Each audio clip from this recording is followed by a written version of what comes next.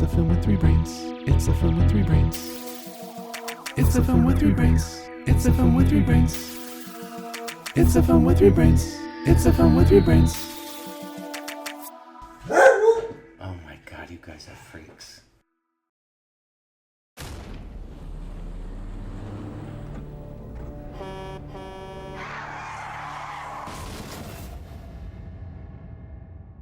You've been in a coma, Johnny. For how long? 5 years. The house is burning. Your daughter's in the house. It's not too late. You're the talk of the town Because I got my head bashed in and I'm still here to talk about it. because you have the power of second sight. I don't know whether it's true or not, these psychic powers of yours. Now, I'm at my wit's end, John. I could use your help. It has to do with these murders we've been having. The Castle Rock killer.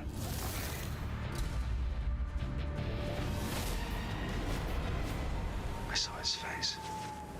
Just thought I'd stop by here on my way to the U.S. Senate. Greg Stilson. He's dangerous. If you could go back in time before Hitler came to power, knowing what you know now, would you kill him? I would kill him. You'd never get away alive. It doesn't matter. I'm not crazy, you know. Those headaches are getting worse, aren't they? As the visions grow stronger and more powerful, so the body weakens. God has seen fit to bless you with this gift. You should use it. Bless me! Not only can you see the future, I can change it.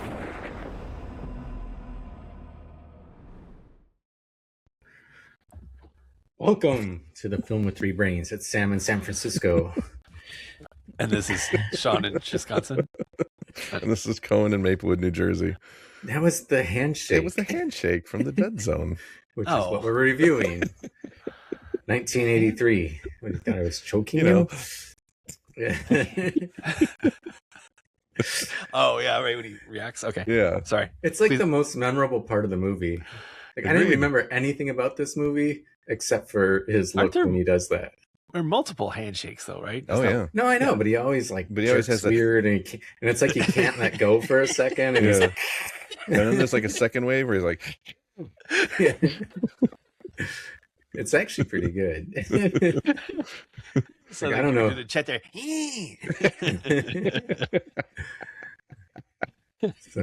Sorry, you were saying?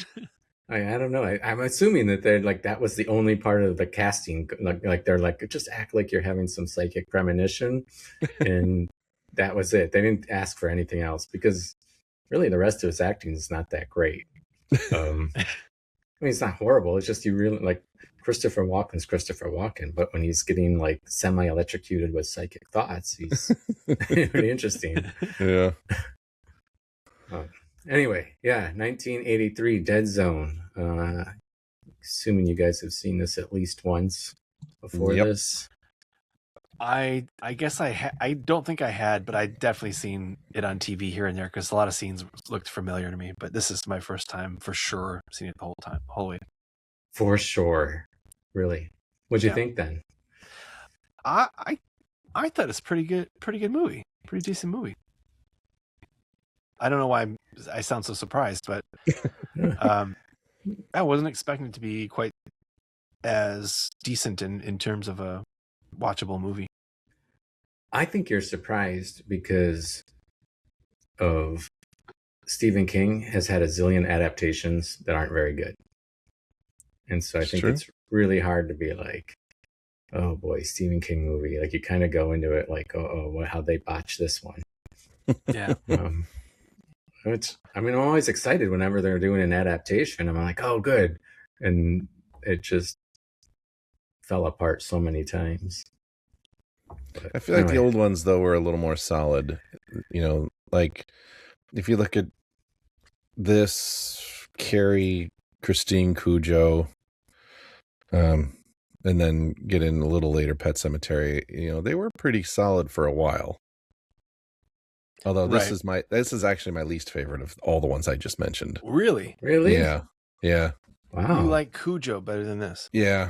Yeah. Wow, I didn't okay. really like this very much. Oh, okay. Wow. I just thought it was really boring. I was surprised.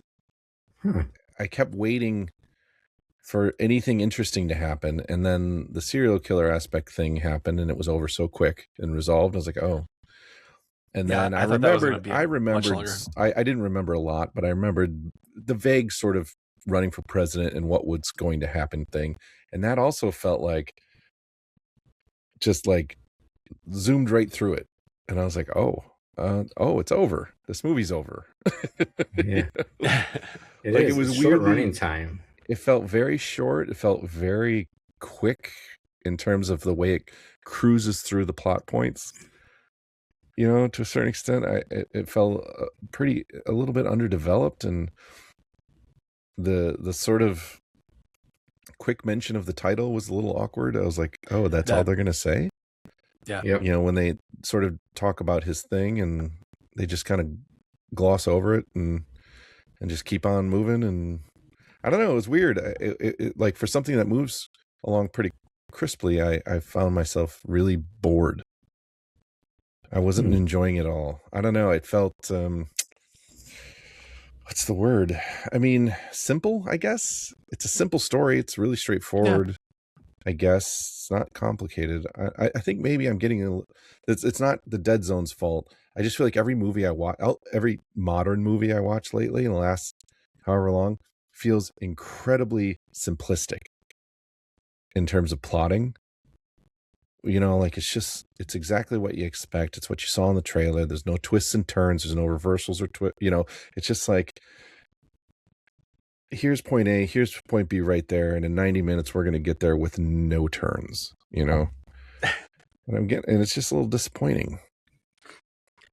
And I know this isn't quite that, but yeah, I was having a hard time staying awake. I was just like, I'm so tired. Maybe I was just tired, but I was like, oh my God, is this over yet? So I can go to bed because I'm so tired. Jesus. So yeah. Nurse, man. All right. Well, since you did mention caffeine or something. If not, you got to watch these movies in the morning. Anyway, real quick, just so everybody's on the same page, because you mentioned plot points. Real briefly, a guy who's a teacher, to me, the most unbelievable part of the movie, decides to not stay at his fiance's house when she invites him in for the night. Instead, wants to go home for reasons inexplicable. Yeah. So after that, other than that, everything else in the movie is totally believable. It's pretty much a documentary. But I'm waiting till what did he say? I'm make an honest woman out of you. I'm going to marry you. This is some things are worth waiting for, I think. Right. Anyway, that's that part aside. Everything else is pretty believable, because then he leaves. He gets in this horrible car accident, ends up in a coma for 5 years. For some reason, when he wakes up out of the coma for 5 years, he still has blood on his nose and in his nostrils, which I didn't quite understand from 5 years ago.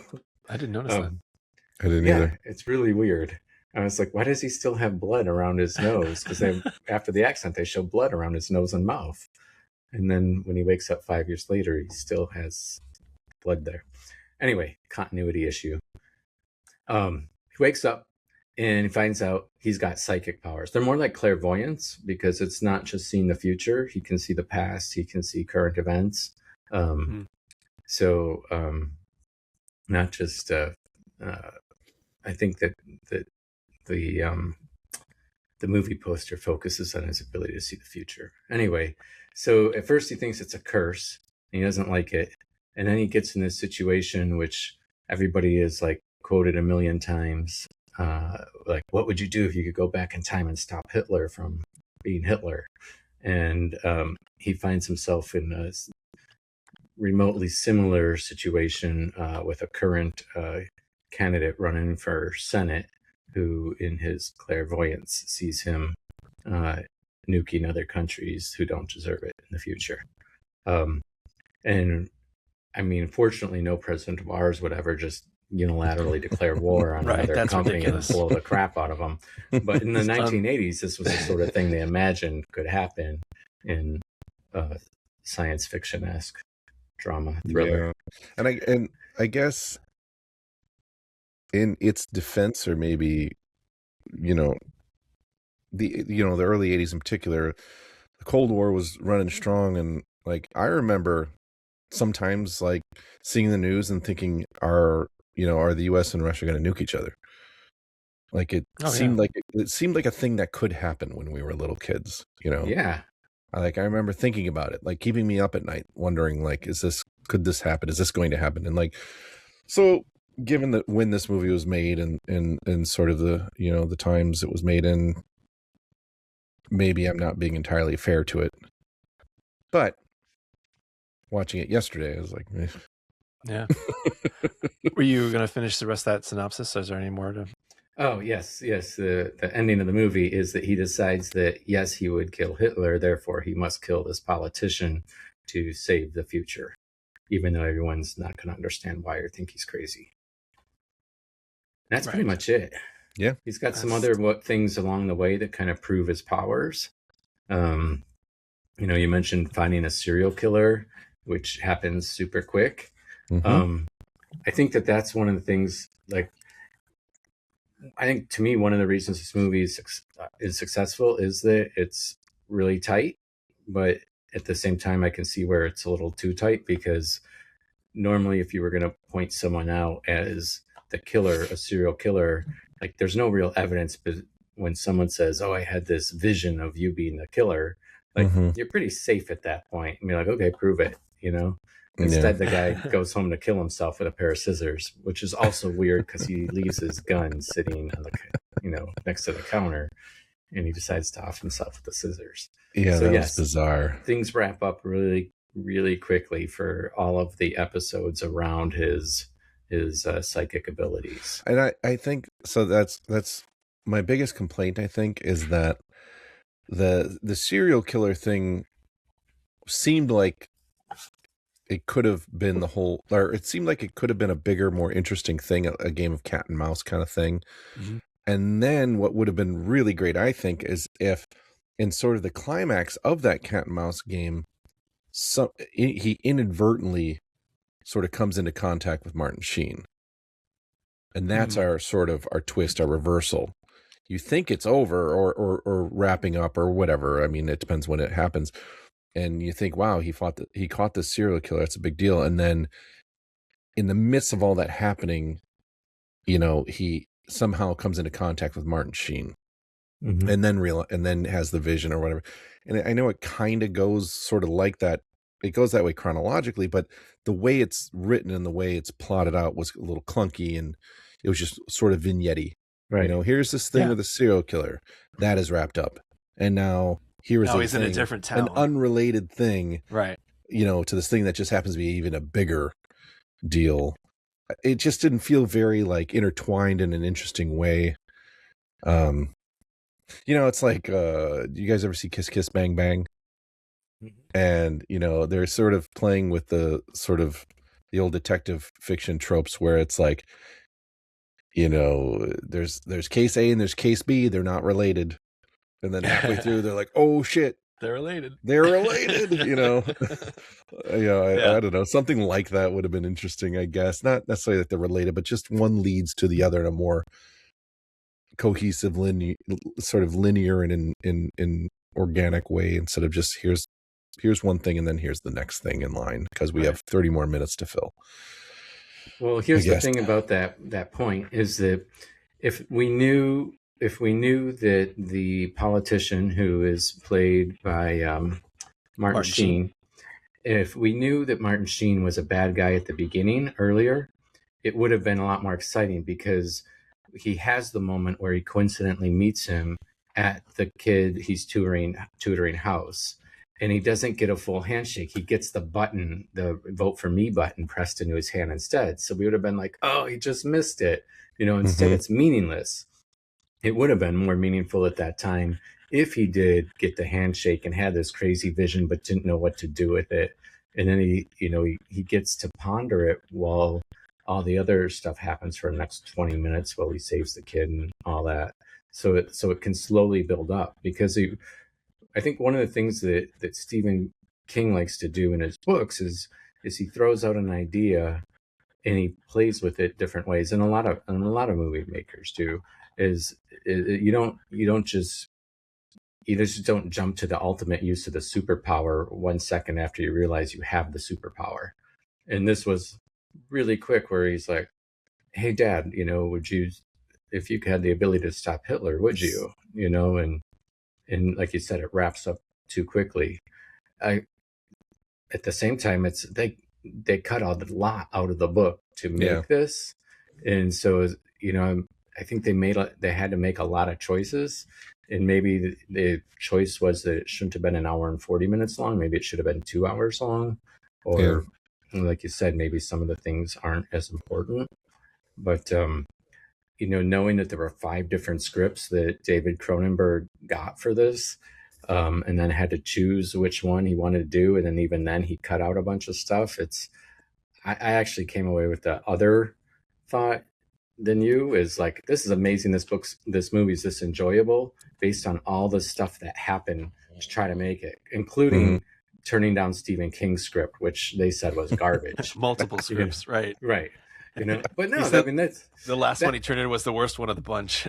Yeah, but I mean, that's Stephen King. Like, he is the king of horror, and you're telling him, like, sorry, your script sucks. Like, your 2 scripts.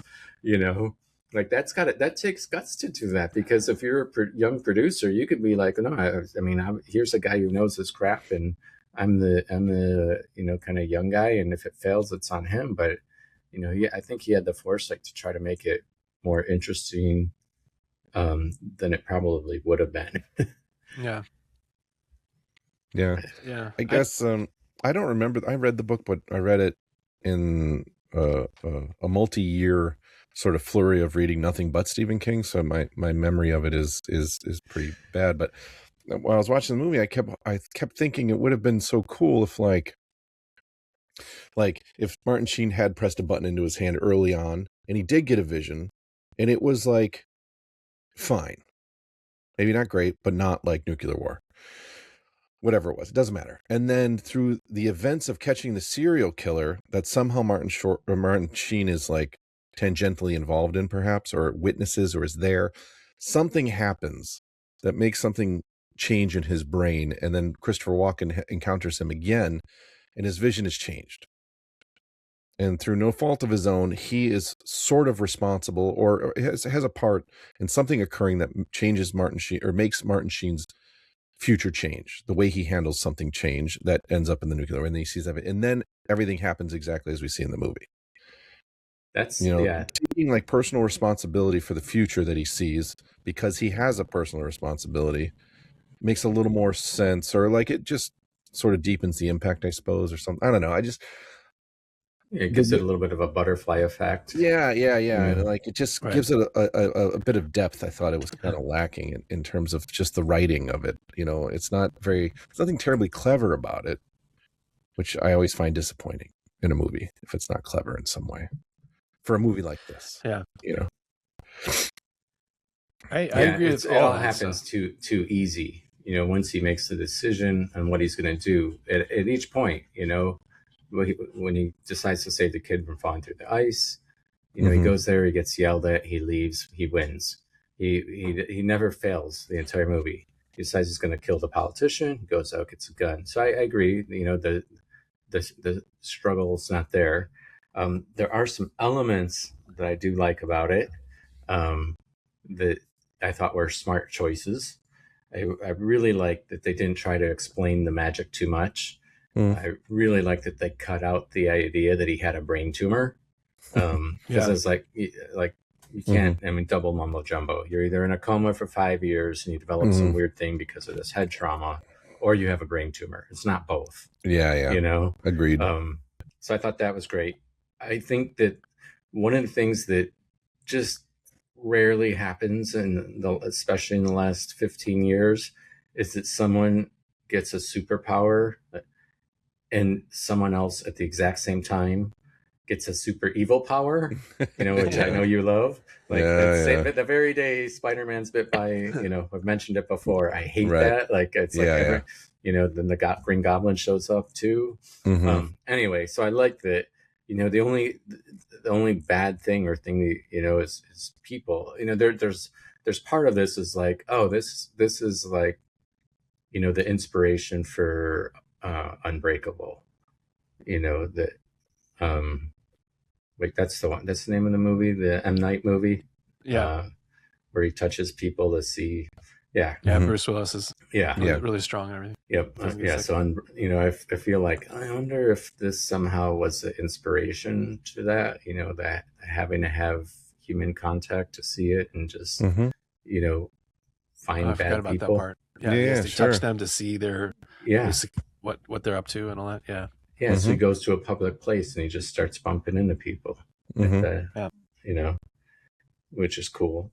Anyway, so the fact that they didn't try to explain it or give him a truly evil foe was good, and it makes it interesting when the person who is the bad guy isn't even the bad guy yet. What's this guy have against me? Who? It's like, who are you? What are you doing? Where are you? So that part's interesting. A little bit of what's the science fiction movie? They're all sitting in the vats. Minority Report. Oh yeah, sure.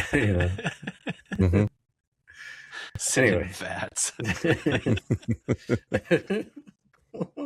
Not Matrix. The other one with vats. Well, they're okay. Pools. I don't know what they Strange Brew. I don't know. So many movies with vats. Yeah, too many vats. Yeah, anyway. I think I'm more on Team Sam here because I thought it was surprising how watchable this movie is, despite all of these things that we're talking about. Like, how little they delve into the serial killer, which I thought was some of the best part of the movie, really, because it really shows the value of his ability and also like how tricky it is to use it. Like he gets embroiled in that whole thing really quickly without intending to. It's just like, okay, well, he's like, I don't want to do it. Okay, fine, I'll do it. And he's hanging out with the cops, and all of a sudden, okay, there's this whole thing. But I think I have like one major gripe, nitpick issue with this, and it's just, and maybe you can help me with this, but he is, like everything seems to be very recent or soon to his vision. Like Amy the house is on fire right now. He's having the vision as it happens. Yeah, that was the first vision. He's about to go in the lake and the hockey team is gonna die and all that stuff. That's about to happen very soon. And then the most important one, when he touches Martin Sheen, is like, okay, not something that happens as soon, because he has to be a senator and then he has to run for office and then be president. So we're talking years here. Suddenly this vision thing becomes much broader. And I thought, oh, okay, it must be the script. But then I looked at the plot for the book, and it's like, no, that's a big part of the book. That's how it is in the book. Like the whole thing builds up to this Stilson guy and what he will do. And like you said, the comparison to Hitler, which is kind of crazy, I think. Not crazy, but like hard to fathom because of where we are today and how tame it seems then. But just the timing of it just seems weird. Like, how many years are we talking? How did he get that vision so early and so like he was so sure of it? He saw, I know there's like a deleted scene where he's actually in the room. Like sometimes the vision, he's right there, but just the fact that is such a distant vision, such a powerful, strong vision. And at that, he's learned that he can change the future, and then he's committed to it. I don't have a problem with any of that. I kind of like the ending. The baby uses the shield, which is also in the book. All that stuff is good. It's just the fact that the nature of his gift seems a little too convenient in places. And Sam, you said like it could be the past. He can see the past sometimes. He can see the future. That's fine, but just like that seems to be contained with what's happening now or who he's talking to right now. And this was like, I don't know, the distant future. Yeah, like a big, and maybe it's just because he's a politician and he's maybe it's stronger because of that. I don't know. Is there? How do What if we he just resolve sees that? the worst? He sees the worst things of everyone. Yeah, like what if that's what it is? Like And since that was such a bad thing that he was going to do, that's a strong vision. right. It's what's also not explained is like the dad for the kid that he tutors. He shakes his hand, has no vision. There's people that he touches throughout that he gets no vision. Right. And same with even Sarah, his lady. Sarah, exactly. So he touched her quite a bit. Yeah, and never any vision. So it's interesting that we didn't get a glimpse of that. Like, does he get to only see horrible things? Like he only gets to see the worst of the worst. Like that's his curse. Like, hey, you get clairvoyance as a gift, but you can only see terrible things. It kind of makes sense if that's the rule. We just don't get an explanation to what the rule is. Yeah. Yeah. I just took it to mean like terrible things, make waves, and the worse it is, the bigger the wave, and the bigger the wave, the more likely he is to hear it, or to see it or to experience it. Yeah. Was sort of the way I thought of it. It would have been an interesting sort of thing to explore, maybe. In some capacity in the movie, I don't know.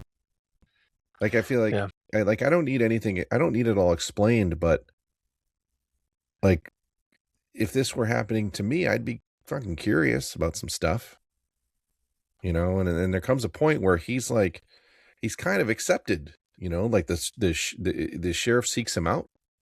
Yeah, he's like, I'm flummoxed, dude. I just, can you help me? Right. Like it sounds like you might be real, and I could use some help, And so like, there's someone you could talk to. I don't know, like, how does it work? I don't know. It just seems like a conversation where he can sort of unburden himself a little bit to somebody. Yeah. And sort of explore it. Sort of work out some things in his own head, maybe. I don't know, just something. It didn't that aspect of it, or the lacking of it, seemed like missed opportunity. Yeah, Admiral Motti could have met with them, and because maybe he would have had clairvoyance enough to find the rebels hidden. I was thinking that too. Oh boy. God. Sorry. I was thinking it too. As soon as you said clairvoyance, like, Star Wars time. Okay. Gotta get in the mandatory Star Wars reference. Of course. Okay. Real quick, obviously Stranger Things goes and uses some of these tropes. But I feel like these tropes, like the reason Stranger Things use them, because in the 1980s, these really did exist. Like the idea that like the FBI or whoever used psychics sometimes, like as something I think we heard. I don't know if they ever did or didn't, but I feel like that's something we heard about as a kid. Like the idea of that this was something still being researched. Like taking LSD and seeing what happens, and there was Uri Geller, right? Mm-hmm. And I feel like at the time, the idea of people being psychic more than just a fortune teller and was something that people really thought about, as a possibility, or was still being researched. There was even $1 million prize for if you could prove that you had psychic ability, that was put forth by James Randi. So he was a skeptic who started the prize, and I think somewhere around 1970. That if you could prove you had psychic ability, he'd give you $1 million, and he debunked all these different people. So I feel like some of these things that we've seen a lot since then, like was kind of like on the forefront of everyone's imagination, just kind of like 20 years ago, Harry Potter and kids who were wizards was on the forefront of everyone's imagination. Like we go through these cycles. And so I think that this fits in kind of with where we were at the time. And maybe now exploring what it is has been done so much that it doesn't seem as special. Yeah. You know? Also, Stephen King, you know, his is along those lines. It's, you know, a whole bunch of his first few books, this, Carrie, Firestarter, all similarly themed in some capacity, you know, whether it be like telekinesis or psychic, clairvoyance, whatever, you know. Yep. He clearly had an interest in it. Yeah.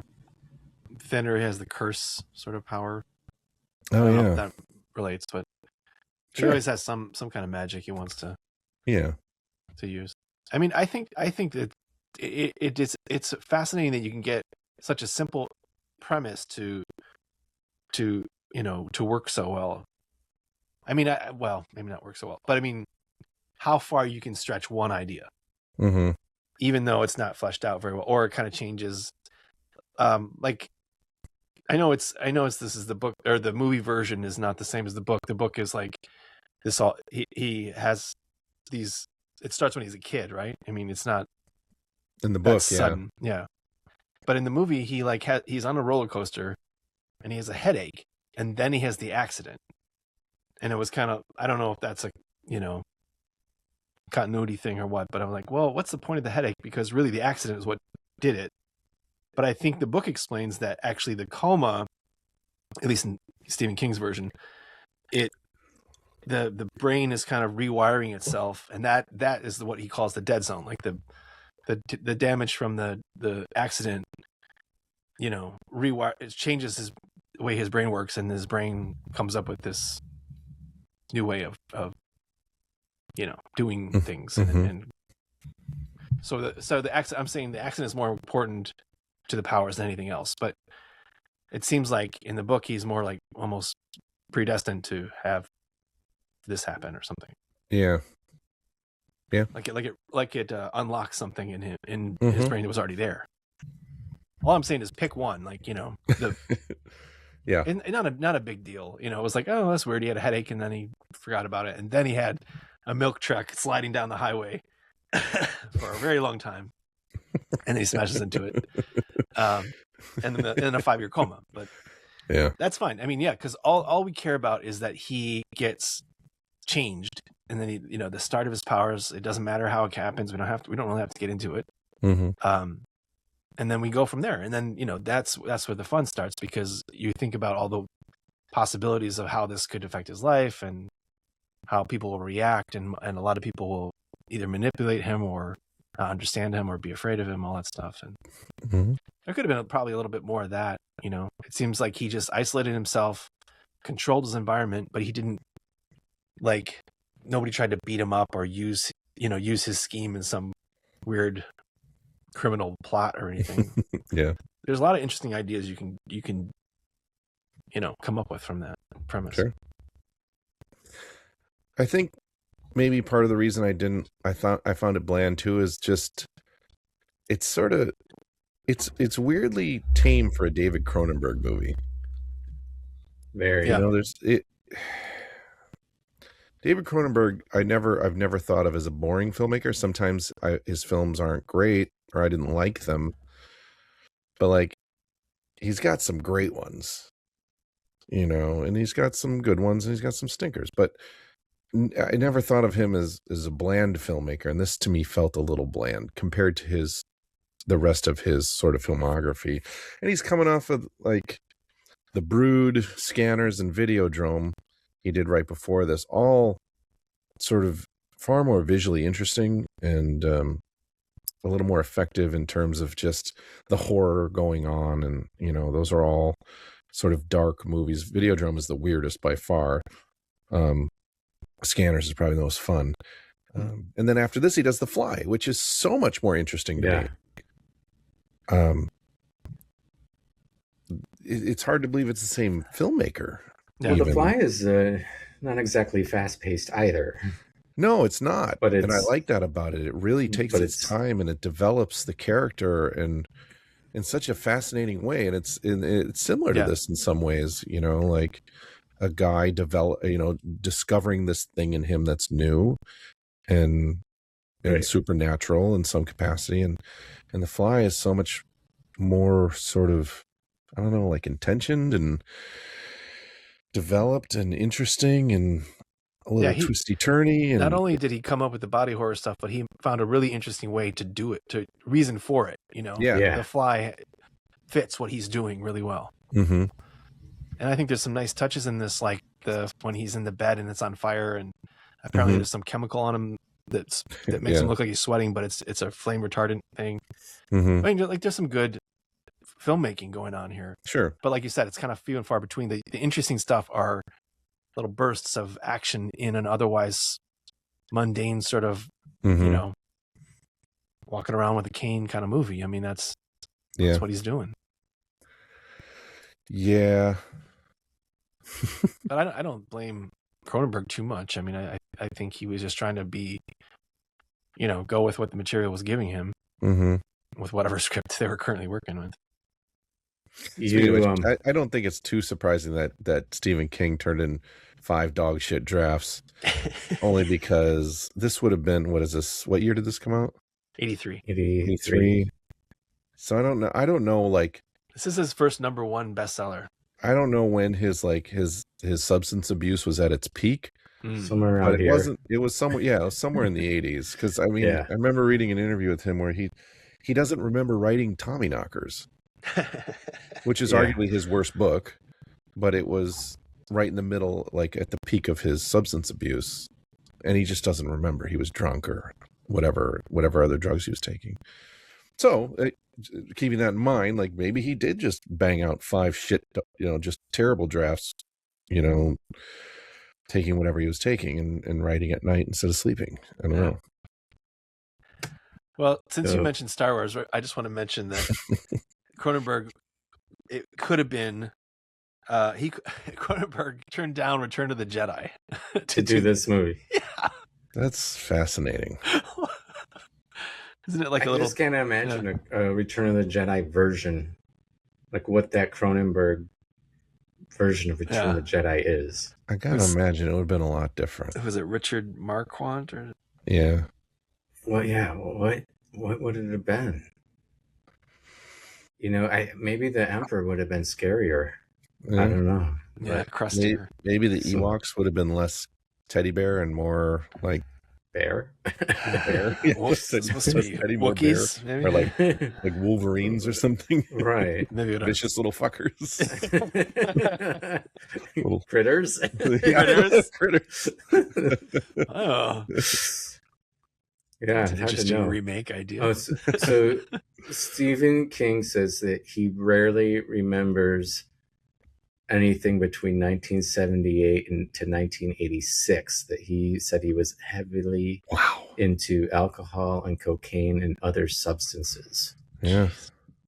That's crazy. How many books did he write in that time? He wrote a lot. Most of them. I mean, he said he used Valium, Xanax, NyQuil, Robitussin, cocaine, alcohol. Oh my God. How is he still alive? He'd have to stick cotton swabs up his nose to prevent blood from dripping on his typewriter. During that time, he wrote Cujo, It, Misery, and Tommyknockers. He was also helped on the film Maximum Overdrive, which is a story that he directed that, didn't he? Yeah. He said that he was coked out of his mind the entire time. We have to. That one's Maximum Overdrive will come up. I mean, I think we will hit that at some point. I would hope so. I mean, it's terrible, but I kind of love it. I know. It was one of those things, too. I think I've seen it since we were kids. Oh, I know, but when we were kids, I liked the idea of the scary semi and all that. Oh, yeah. I still like it. Totally. Yeah. And the AC/DC soundtrack. Yeah. Oh, man. Yeah, so anyway, yeah, it wasn't until 1987. If you're his agent, would you be like, well, it seems to be working, you know, maybe just add a cocaine budget to this or something. Well, I don't know. I mean, but personally, that's not good for him, and not remembering. No, I mean, I think a lot of great things have come out of performance-enhancing drugs. Not that I'm an advocate for it, but it's also just kind of a sad truth in you kind of wonder if he didn't do this, would these things exist, and what form would they be? Mm-hmm. You know, like, in order to make really messed up stories, do you have to be really messed up in some ways yourself? I don't know. Let's see. I wonder how old he was at that time. When was Stephen King born? Because I want to know if he dodged was he dodging the 27-year-old curse? The curse of the 27-year-old? 27-year-old, 1974. He was 19. Nope, he was after. Yeah. All right. Anyway. Yeah. All right. Well, somebody said Christopher Walken was. Well, I mean, how do we feel about Christopher Walken? Well, Vivian felt that his acting's not that good. Okay. She thinks that the gold watch scene shows the extent of how far Christopher Walken's ever gotten, which is kind of humorous. Did she say sort of she doesn't like the golden watch? No, she gold does. Watch scene? She's saying he's much like, better. That's his pinnacle, which is much better than like he always has this kind of strange delivery, a little bit of a strange I mean, Christopher Walken's Christopher Walken. He's not a character actor. Yeah, no, not at all. He's just playing himself or some version of himself. Yeah. I found his performance in this a little surprising because it felt it felt like it was odd. I don't know.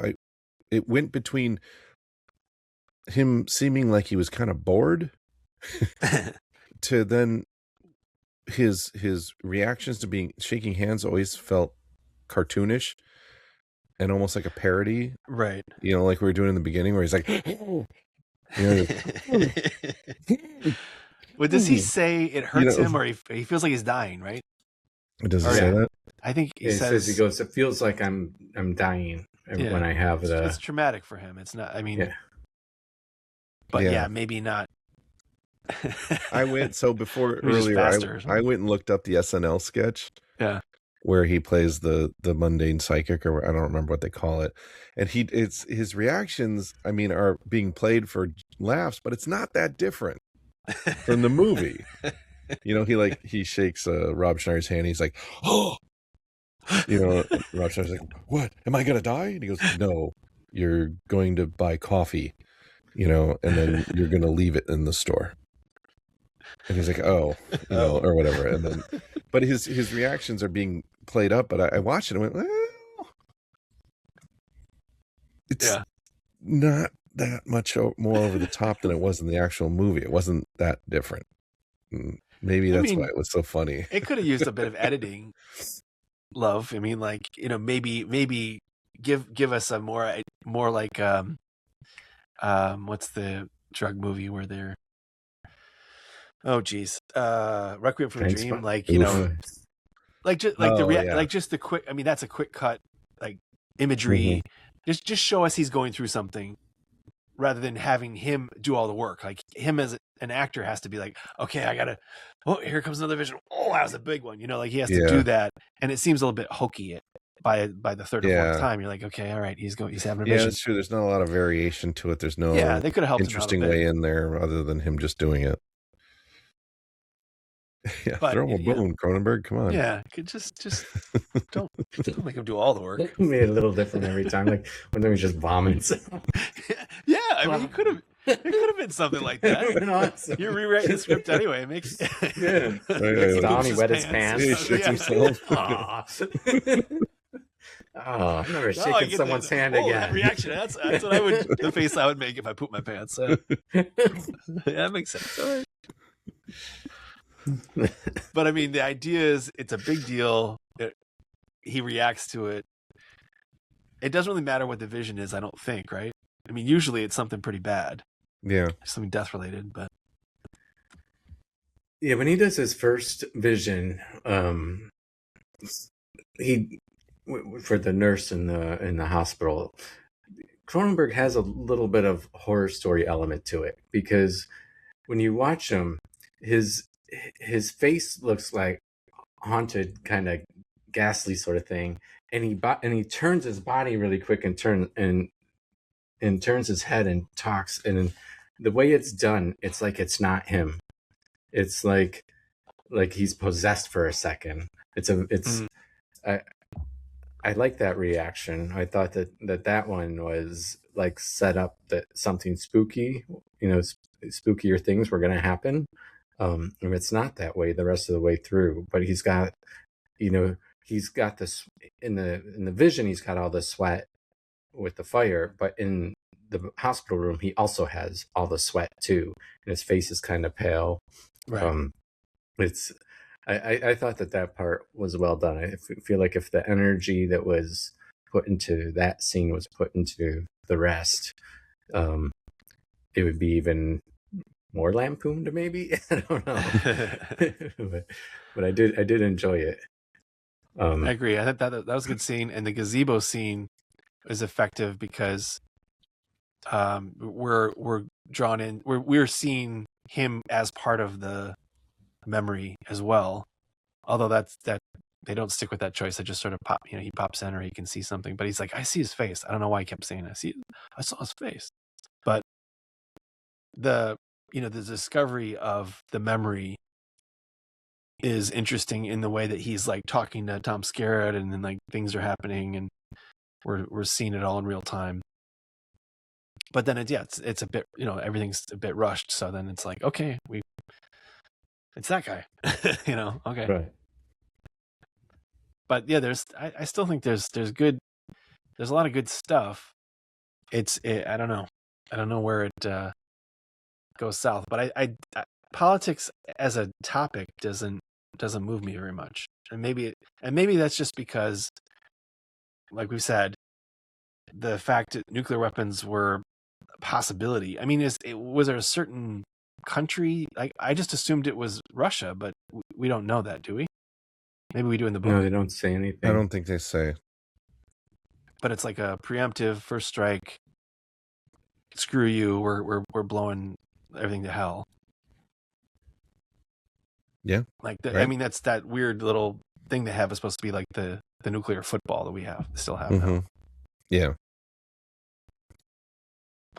I mean, why that guy doesn't? I mean, he just shouts at him. I think there was a cut. I think they shot a version of the scene where he actually does chop his hand off and put the hand on the thing. That would have been interesting, Yeah. I like that. Yeah. Yeah. I think they were worried about censors or like a little too much. In the UK, I guess they cut the scissors scene with Dodd and that whole bit.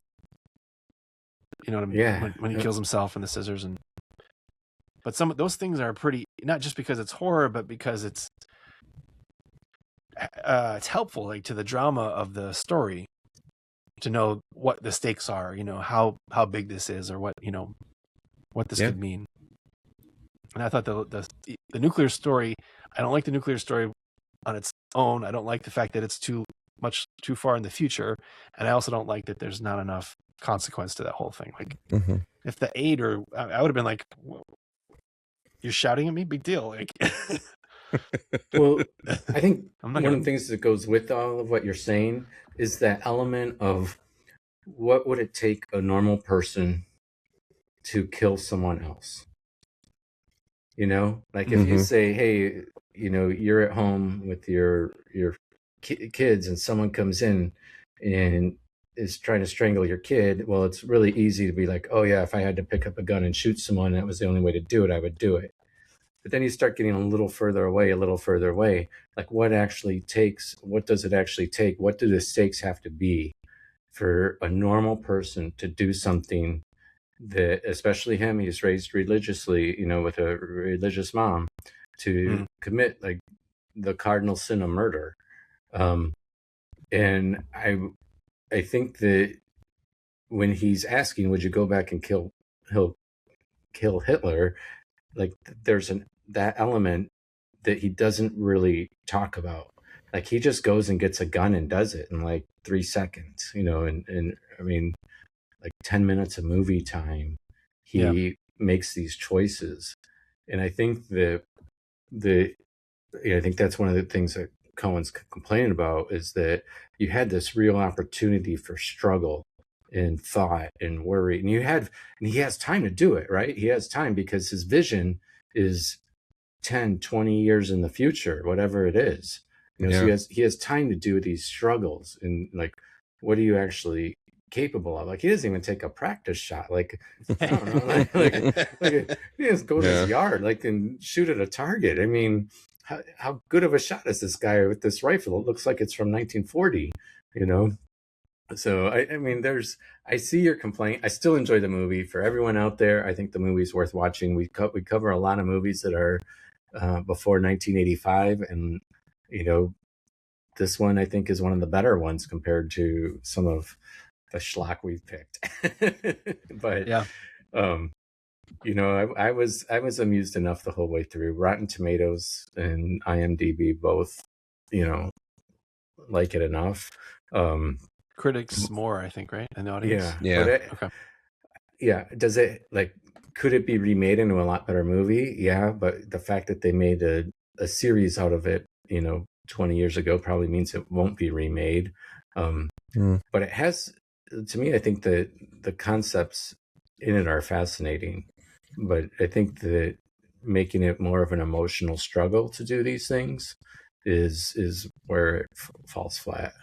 I thought I read that he takes longer in the book because there's a federal agent that's watching Stilson, and then they murder the federal agent. He's not sure if he needs to be the guy to stop it. And then once the federal agent's out of the way, he's like, oh, I guess it's up to me then. So that would have maybe helped his process of like, is it really up to me, or am I really committed to doing this, or am I the only thing standing in the way of disaster? Right. What was his religious mom like? Just regular Christian, Catholic, I think whatever. so. Yeah. I remember it's.